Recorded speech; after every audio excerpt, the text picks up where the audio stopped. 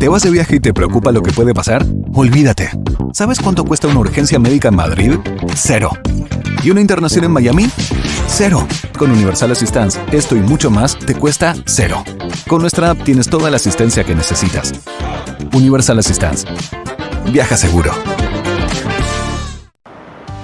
Los valientes crean negocios para apoyar a otros valientes. En Colmena Seguros los acompañamos con productos a la medida de sus negocios. Existimos para asegurar que ninguno de ustedes pare de salir adelante. Adelante, valientes.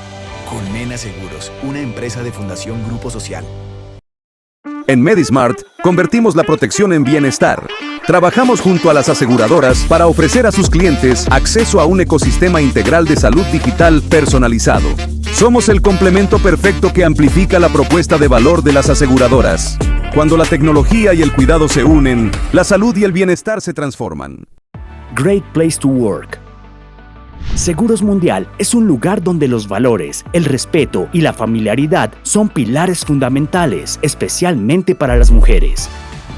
El 31.5% de la población vive en situación vulnerable. Por eso, creamos Segurísimo, un seguro diseñado para quienes más lo necesitan, enfocándonos en lo que realmente importa, las personas. En Seguros Mundial lo hacemos diferente.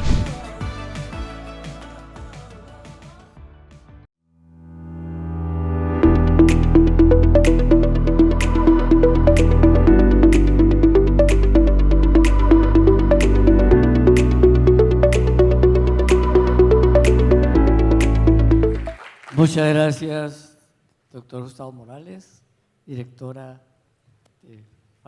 de Fasecolda, a todos los presentes, los presidentes de las compañías de seguros. Aquí están las buenas noticias, han sido dadas algunas, está el proceso regulatorio, la URF está en ese proceso de organizar la regulación, tema pensional y otros. Yo voy a aprovechar este espacio para hablar de algo que usted dijo, señor presidente Morales, y es, ¿cuál es el lío de la desinformación? Porque la desinformación aumenta los riesgos. Y voy a tomar un caso preciso de desinformación, de frases ligeras y comentarios interesados. Miren ustedes esto.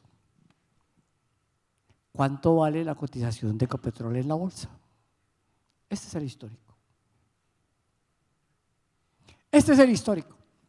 Ecopetrol comenzó a cotizarse en la bolsa en el año 2007. Y cuando salió, osciló alrededor de los 2.000 pesos la acción. Comenzó a subir poco a poco. Llegó una segunda emisión en el año 2011.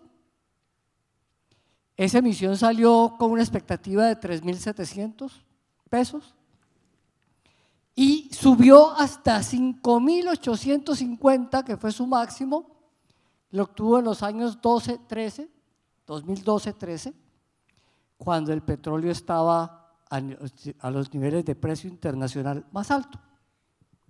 Y después comenzó a bajar, nunca ha recuperado los 5.000 pesos. Y bajó hasta 881 pesos. Nadie habló de un enorme desplome de Ecopetrol.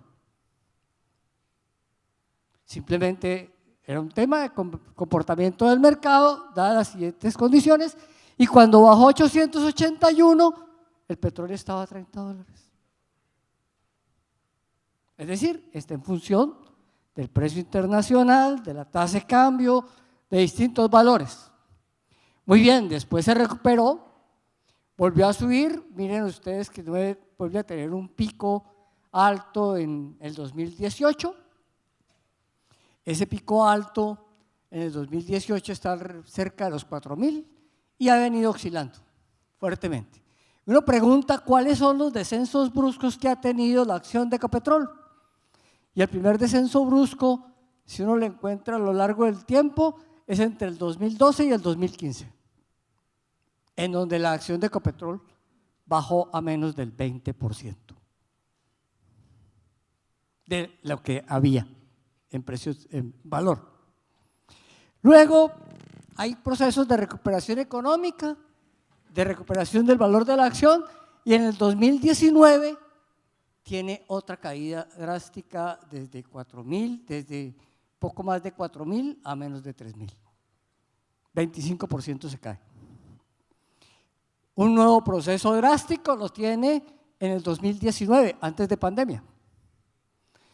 Antes de pandemia baja de cerca de 3.600 a cerca de 1.800.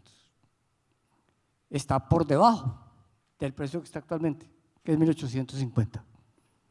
Entonces, la afirmación brusca es: están acabando con el… Mire, este era el comportamiento de la acción.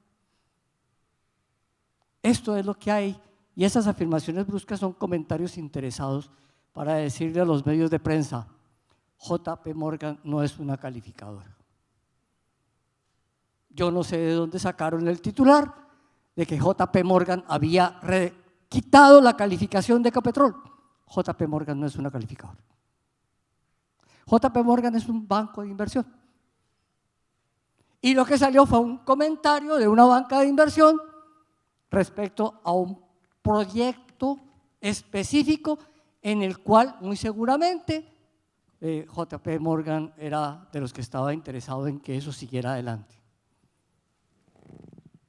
No es una calificadora. Entonces, ni le han quitado la calificación a Ecopetrol, ni ha sido el derrumbe, ni el desplome de Ecopetrol. Y el nivel de riesgo está aquí. Este es el comportamiento de la acción. Hoy está subiendo. Es decir, ayer sintió el golpe y bajó. Hoy está subiendo. Hoy se está recuperando. Y seguramente en unas 2 semanas lo vamos a tener en niveles por encima de los 2.000 pesos. Es un poco el riesgo de qué es lo que se dice, qué es lo que hay. Pero además de eso decía también los mismos medios que en Colombia había fuga de capitales. Ya voy a volver al tema de fuga de capitales, que es otra afirmación de esas complicadas. Esto es lo que se viene produciendo en petróleo en Colombia. Estaba desde el 1992 al 2023. Hoy tenemos una producción alrededor de 780.000 barriles diarios. Esa producción, 60%, un poco más de 60% la hace Ecopetrol y el resto la hacen otros explotadores de petróleo. En total, Colombia exporta una buena parte, las 2/3 partes se exportan y la tercera parte va a las refinadoras de petróleo. Si no, no tendríamos gasolina y no tendríamos diésel. En las refinadoras de petróleo Barranca y Reficar es donde eso se produce. Y de alguna parte se compra. Y efectivamente se compra a los productores de petróleo colombianos, pero como Colombia produce petróleo pesado, y eso es un tema interesante, hay que importar petróleo ligero. Es decir, Colombia es un exportador de petróleo, pero exporta petróleo pesado. Y para refinar y producir gasolina y producir diésel, hay que importar petróleo ligero que se importa del Golfo de México. Ahí están pues las cuentas que se van dando. Esto es lo que se produce en Colombia. Este es el consumo local de gasolina. Me gusta su primer mensaje sobre política económica.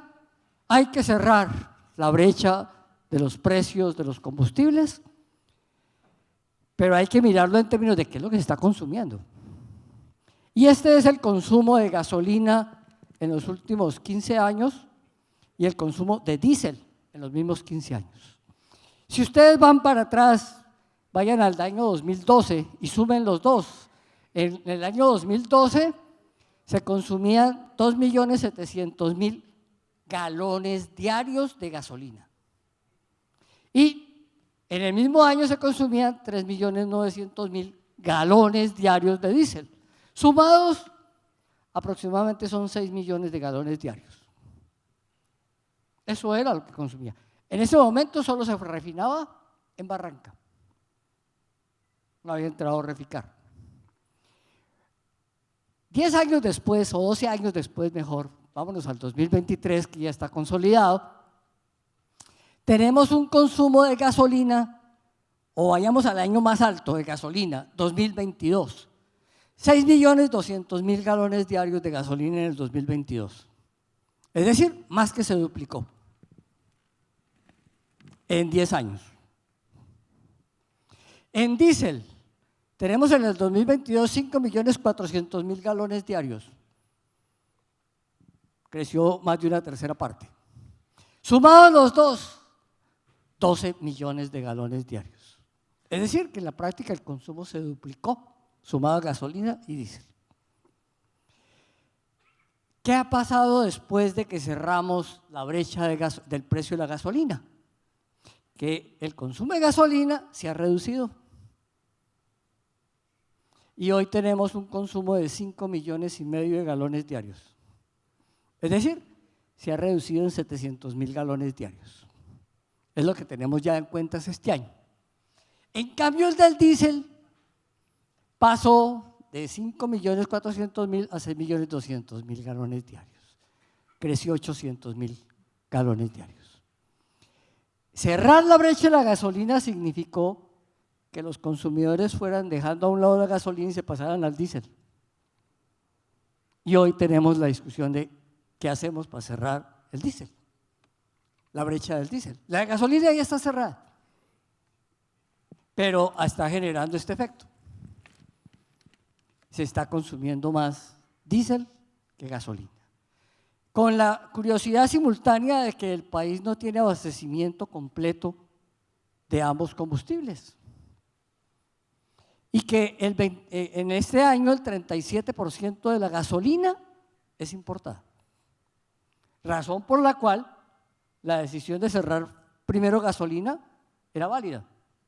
Es porque esto estaba dependiendo mucho del mercado externo. En el año 2022 era el 41% y es el 37% de la gasolina que se importa. Y en diésel no siempre es igual. Se estimaba en el año 22 que el 23% del consumo de diésel se importaba. Reficar está dedicado a producir más diésel que gasolina y todavía estamos exportando el 6%. Es decir, no tenemos autosuficiencia en los combustibles. Necesitamos importar una buena parte y no es una cosa de ahora. Miren las cifras a lo largo de estos 10 años. Se importa en promedio 40% en gasolina y en el mejor de los casos se importa el 10% del diésel. Entonces, aquí es donde viene toda la discusión de qué es lo que tenemos que hacer. Repito, brecha de gasolina está cerrada y nos toca mirar el tema del diésel. Pero eso también tiene que ver con riesgos. Esta es la llamada deuda no financiera. Esta es la brecha del Fondo de Estabilización de Precios de los Combustibles.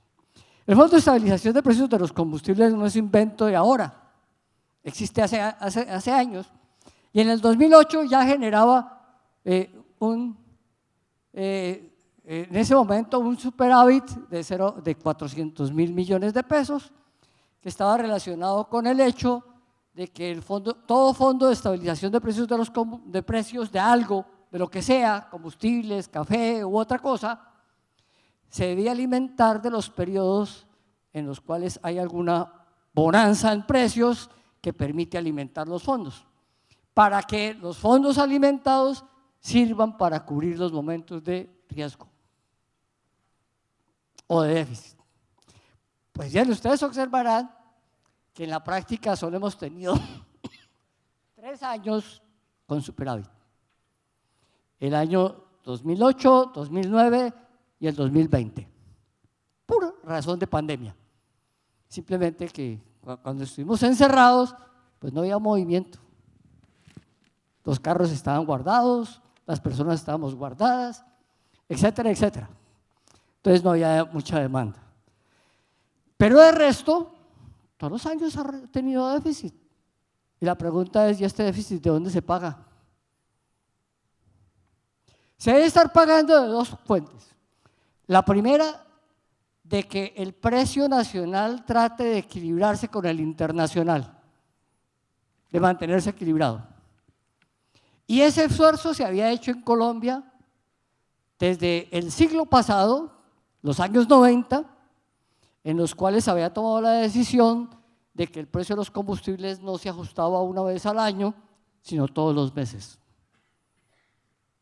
Cuando se ajustaba una vez al año, automáticamente aparecía el fantasma de la inflación, de que todo iba a subir, porque subía el precio del combustible.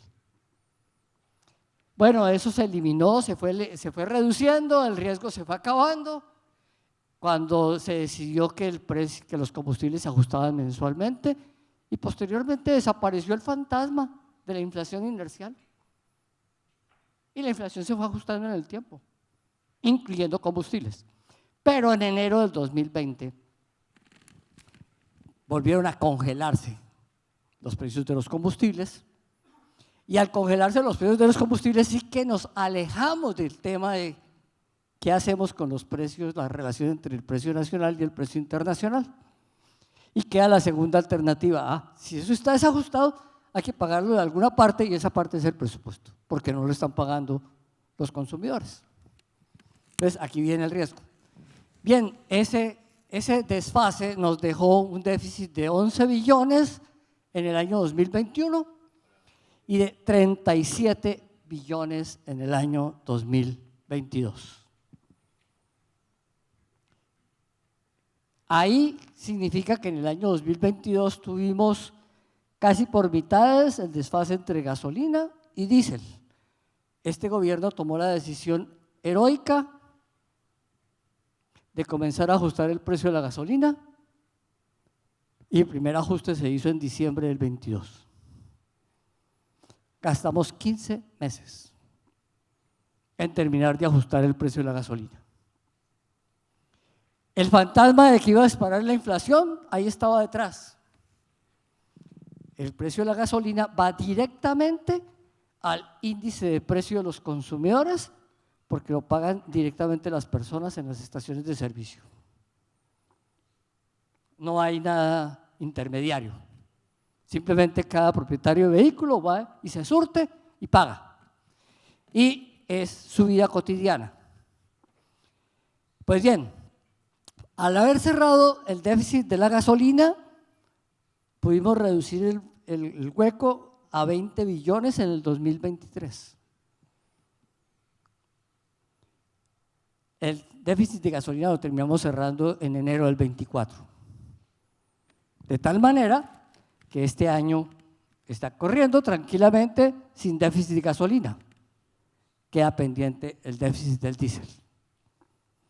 Muy bien, el déficit del diésel hay que comenzar a cerrarlo de alguna manera, porque sobre ese sí que existe un fantasma mayor, y es que como está detrás el transporte de carga, se dice que inmediatamente influye sobre el precio de los alimentos. De manera indirecta, porque el diésel es un costo de producción en el gremio del transporte.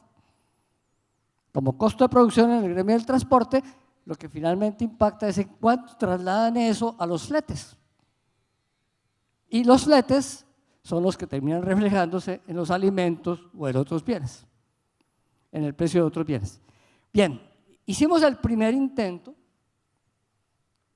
de reducir la brecha, lo planteamos como después de 13 meses de varias conversaciones con los que se suponieran los directivos de los gremios, y habíamos llegado a la conclusión con ellos de que había que hacer 3 ajustes grandes, porque no podían ajustar los fletes todos los meses. Esa fue la conclusión. Como no pueden ajustar los fletes todos los meses, hay que hacer los ajustes con cierto espacio de tiempo, para que se ajusten los fletes, y luego otro espacio de tiempo para que vuelvan a ajustar los fletes, etcétera, porque no es igual que la gasolina. Aquí no son los consumidores particulares, sino a todo el proceso de carga. Esa fue la razón por la cual se hizo el primer intento con 1904. Viene entonces el riesgo. a ustedes les toca un paro camionero. Ya el país ha tenido muchos paros camioneros a lo largo de la historia. Y el anterior a este había durado 21 días. Y tuvo varios muertos.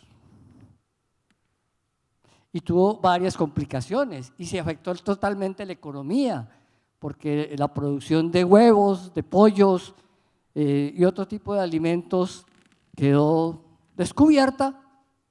Y entonces las granjas quedaron sin alimentación y les tocó después recuperarse, volviendo a esperar que aumentara el inventario. La pregunta es, ¿vamos a dejar que pase un paro en las mismas condiciones y lo vamos a tratar como se ha tratado todos los paros, simplemente disolviéndolos a la fuerza? La respuesta es no. Vamos a negociar directamente con ellos y ahí sí apareció quiénes eran los que verdaderamente representaban el sector de transporte de carga. Y no eran los que se habían sentado en la mesa con nosotros.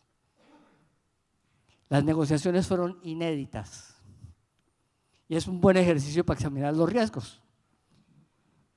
En la misma sala habían 100 personas representando a todo tipo de gremio y subgremio del transporte de carga, de pasajeros, volquetas, maquinaria amarilla, todos los que utilizan el diésel como combustible.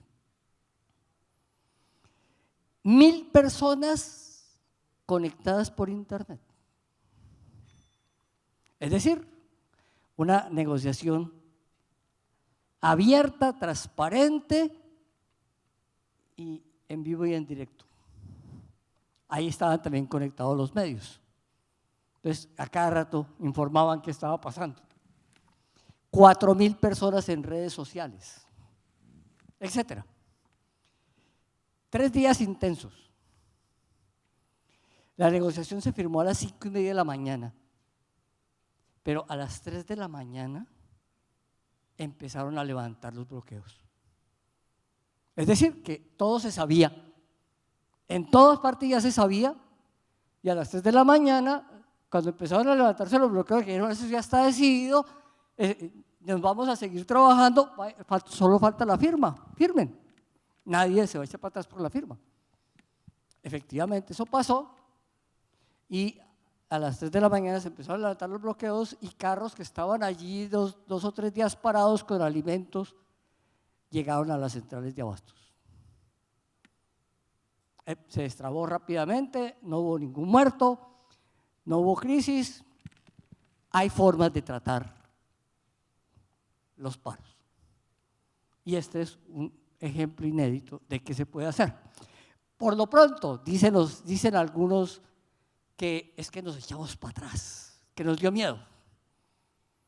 Y nos echamos para atrás.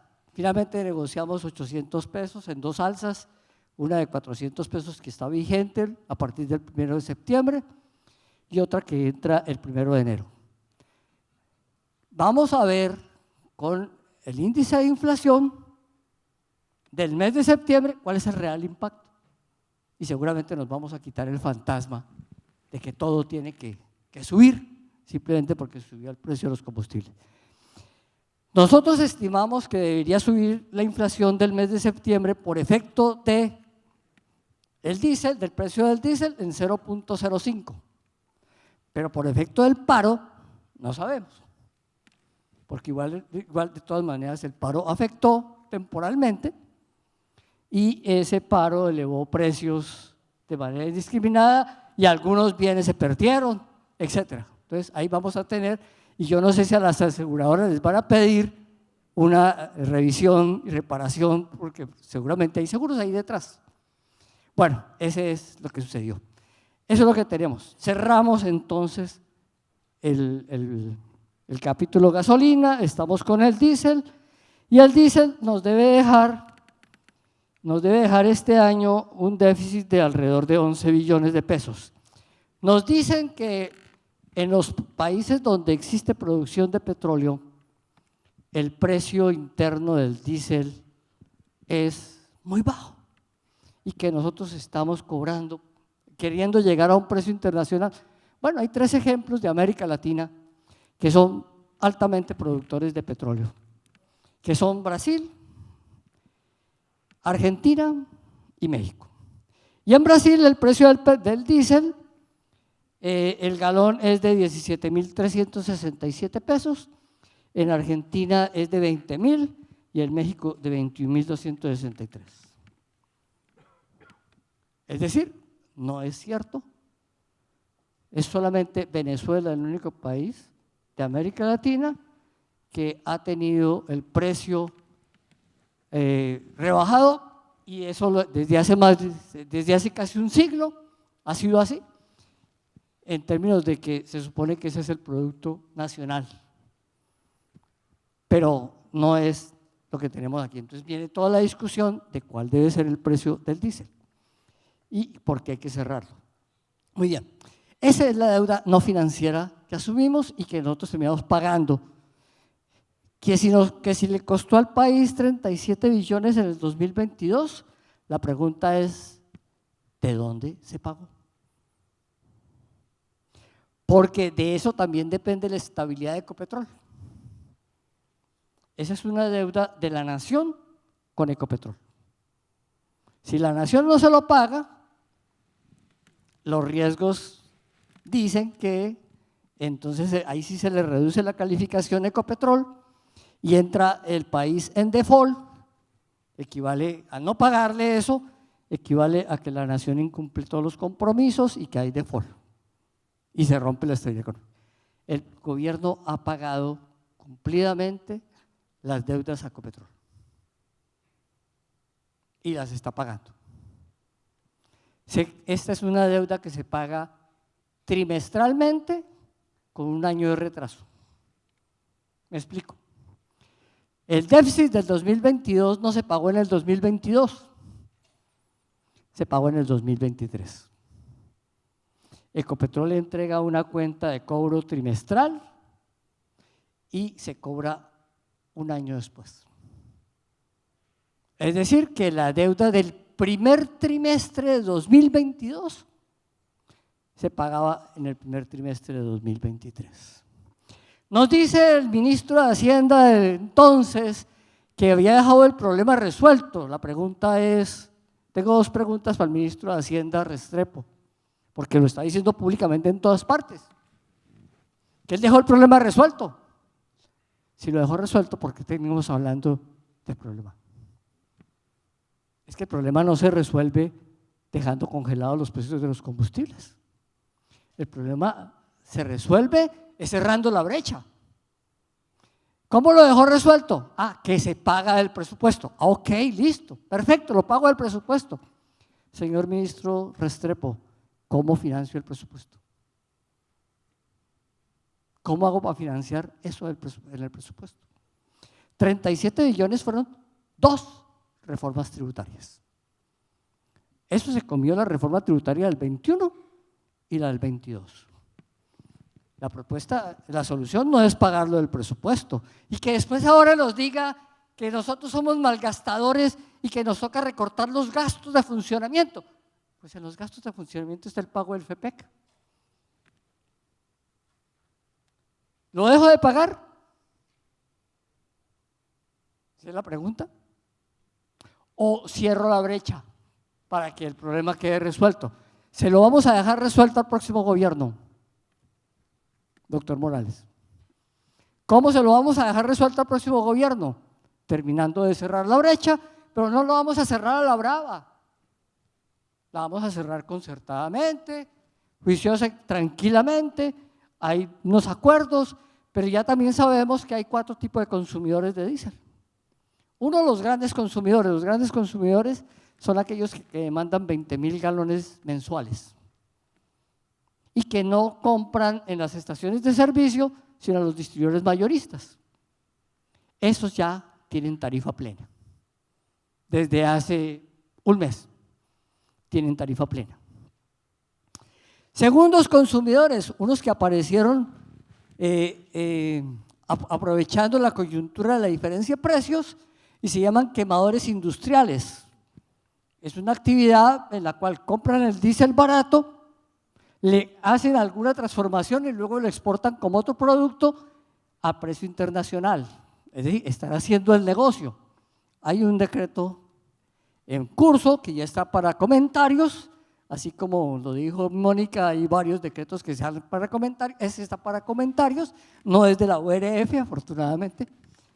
No la comprometo con eso. Es un decreto que viene del Ministerio de Hacienda y Ministerio de Minas, que va dirigido a prohibir esa actividad. Y por lo tanto, a prohibir esa exportación. Tercero, hay 360.000 vehículos particulares que consumen diésel y que se pasaron de gasolina a diésel. Pues no es que se hayan pasado todos este tiempo, ya venían de atrás, pero lo que indica es que los particulares, en lugar de comprar vehículos de gasolina, han comprado de diésel en los 2 últimos años. Hay 360.000 vehículos. En gasolina pagan tarifa plena, en diésel van a pagar tarifa plena. Estamos en el proceso de construir cómo hacemos para que eso sea cierto y efectivo, de tal manera que no sea con ellos que existe el subsidio. Y queda el cuarto, transporte de carga y pasajeros. Lo vamos a hacer gradualmente. Gradualmente significa vamos a hacerlo concertado y vamos a ver hasta dónde la política de fletes cubre los costos. Si la política de fletes cubre los costos, para los transportadores debe ser indiferente cuál es el precio del diésel. Es un tema de riesgo también, para mirar. Estoy aprovechando el encuentro de las aseguradoras para mirar dónde están los riesgos. Bueno, esa es la deuda no financiera. Tercera certidumbre, quiero señalar una certidumbre aquí, es la deuda financiera. Esto es lo que pasó en Colombia con el COVID. Esta es la deuda financiera nacional e internacional que se expresa en bonos, TES y convenios con multilaterales. Pasó del año 19 de 48% del PIB al año 20, final del 20 en 61% del PIB, 12 puntos del PIB, 200 billones de pesos.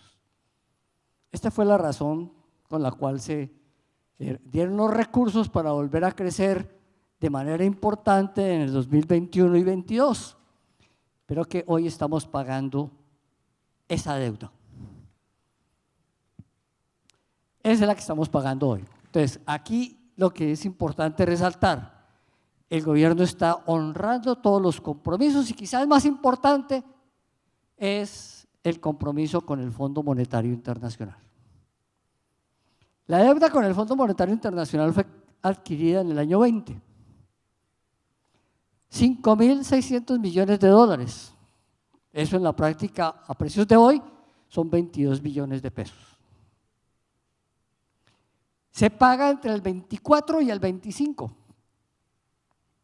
Nos volvimos a reunir esta semana en Nueva York con el Fondo Monetario Internacional, directamente con la presidenta del fondo, Kristalina Georgieva, para ratificar que Colombia está pagando y honrando la deuda, que la terminaremos de pagar en diciembre del 2025. Este año ya hemos pagado el equivalente a 8 billones de pesos y terminaremos pagando en diciembre el equivalente a 11 billones de pesos, casi 3.000 millones de dólares, perdón. Y en el año 25 terminaremos pagando otros 3.000 millones de dólares. Miren la comparación, 3.000 millones de dólares es el hueco del diésel en un año, 11 billones de pesos. A eso equivale lo que estamos pagando al Fondo Monetario Internacional. Pero la deuda con el Fondo Monetario Internacional no es la más grande. Este año tenemos que pagar del presupuesto 95 billones de pesos en deuda. Con el fondo son 11. Es decir, es un 12% de la deuda, de lo que se está pagando. El resto es con los demás. Y con los demás, las tasas de interés son más altas. En el 2025 tenemos previsto que hay que pagar 112 billones. 11 serán al fondo, es decir, el 10%. Pero a los demás les tendremos que pagar 100 billones de pesos. De esos 100 billones de pesos que les tenemos que pagar a los demás, aproximadamente 53 billones son intereses. ¿Por qué? Nivel de riesgo, otra vez. Colombia perdió el grado de calificación en el 2021. Y cuando nos preguntan, ¿van a romper la regla fiscal? La regla fiscal lo que dice es que tenemos que pagar la deuda. La gran pregunta para la reactivación económica es ¿cómo hacemos para invertir? Porque si pagamos la deuda, estamos pagando con los mismos recursos y no podemos recuperar el crecimiento con el mismo mecanismo con que se creció en el 21-22, que fue a punta de deuda. A la inversa, estamos pagando esa deuda, entonces no es por ahí, no podemos endeudar más al país, tenemos que crecer con la inversión que existe. Alguien decía entonces, de manera ligera, que había fuga de capitales. Esta es la inversión histórica de Colombia. Esta es la inversión histórica. En 50 años. El promedio de la inversión en 50 años es 17.6% del PIB. ¿Cuándo tuvimos los niveles más altos de inversión? Cuando el petróleo estaba por encima de $100 el barril. Años 2013, 2014, 2015. Y se empieza a bajar después de ahí. Es decir, siempre hemos dependido del mayor nivel de inversión de qué pasa con el petróleo. Lo cierto es que el petróleo no ha vuelto a tener precios de $100, $120, cosas por el estilo. Hoy tenemos un petróleo de $78. La inversión en Colombia es del 17.6%. No ha habido desplome de inversión ni fuga de capitales. Y a la inversa, las cifras del Banco de la República dicen esto. Dicen que este es el nivel de inversión que tenemos en Colombia, diferenciado entre el resto de sectores y petróleo y minería. Y miren ustedes que petróleo y minería, pues petróleo ha tenido su pico en el segundo trimestre del 2023, pero los otros sectores, la inversión que está llegando a otros lados es más importante y esa es la que es necesaria para el proceso de transición energética. Lo que está demostrado es hay que buscar diversificar la economía y ese es el ejercicio de diversificación de la economía. Y la inversión vista desde la inversión extranjera directa entre nueva inversión y reinversión de utilidades es esta. La nueva inversión es el espacio barra negra y la reinversión de utilidades es el espacio barra azul.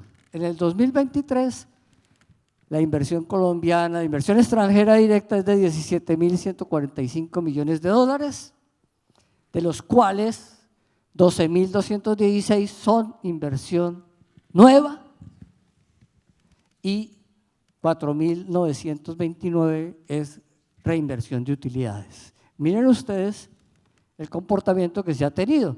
Compárenlos estos 2 años con el 12-13, donde el petróleo era importantísimo. El petróleo sigue siendo importante en Colombia, pero poco a poco ha perdido el espacio y hay necesidad de diversificar la economía. Esta es la situación. No hay ninguna fuga de capitales. Aquí está la inversión. Son cifras del Banco de la República, no son mías. El Banco de la República es la fuente de información. Es lo que quería señalar. Quiero terminar, doctor Morales, dejándoles 2 tareas a Fasecolda y las aseguradoras. Estamos en plena licitación del FOMPET. Ya ha habido 2 licitaciones fallidas, esta es la tercera. Esa licitación del FOMPET está mirando el tema de cómo adjudicamos 46.8 billones para administración de las aseguradoras, de las fiduciarias, en términos de que el 25% lo tiene un convenio con la fiduprevisora y financiera y fiduciarias públicas. y queremos entregar el resto. Entonces está la tarea de veamos cómo hacemos para que efectivamente esto se desarrolle. Les quiero dejar la tarea. Los temas de estructura del modelo están planteados, los temas jurídicos de las garantías también están planteadas, incluso se están cerrando los contratos anteriores y se avanza estimando que estas ofertas, que la apertura de ofertas pueda realizarse a finales de noviembre y podamos adjudicar a mediados de diciembre. Les dejo la tarea. Y les dejo una segunda tarea, esa más complicada. Unidad de gestión del riesgo. ¿Qué ha pasado con la unidad de gestión del riesgo? Que hay un proceso de aseguramiento para los carrotanques. Y aquí viene el tema de los riesgos y los siniestros.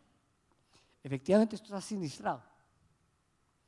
En esto hubo sobrecostos, en esto hay una acción delictiva, pero hoy se encuentra la unidad de riesgo con una situación complicada. No puede poner a funcionar esos carrotanques porque no tienen seguros. Hay una necesidad de buscar alternativas. Esa es la tarea que les quiero dejar, porque tarde o temprano la unidad de riesgo tendrá que reestructurarse. Lo que está mostrado efectivamente es que hay muchas dificultades de administración, que las ha habido en el tiempo y que al final, desafortunadamente, 2 funcionarios de este gobierno aprovecharon y delinquieron.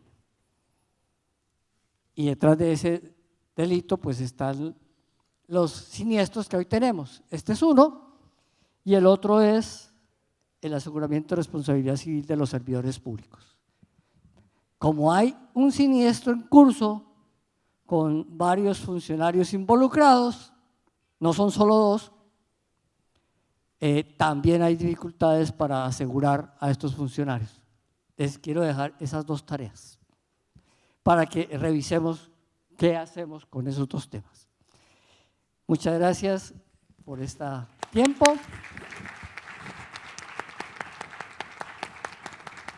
¿Tenía que decir que esto se cierra aquí? Pues sí, dígalo. Y entonces declaro cerrada el Congreso de fase corta. Pero allá va el director de ceremonias a hacerlo, entonces yo no le quito la tarea. No, adelante, ministro, adelante. Siga. Compartimos trabajo. Muchas gracias. Un aplauso para el ministro. Gracias por su intervención. Ahí quedan tareas. Gracias por toda la situación que nos pone del marco fiscal en nuestro país. Muy bien. Ministro, ¿quiere concluir con algo adicional? Listo, perfecto. Ministro, muchas gracias. Hay más temas, pero... si quieren, déjenme hablar de un último tema. No hay riesgo de las elecciones. Eso es también otra mendacidad de semana. No hay riesgo de elecciones. El presupuesto general de la Nación del año 2025 va a salir por decreto. No hubo acuerdo en el Congreso. Tendrá que salir de aquí al 30 de diciembre.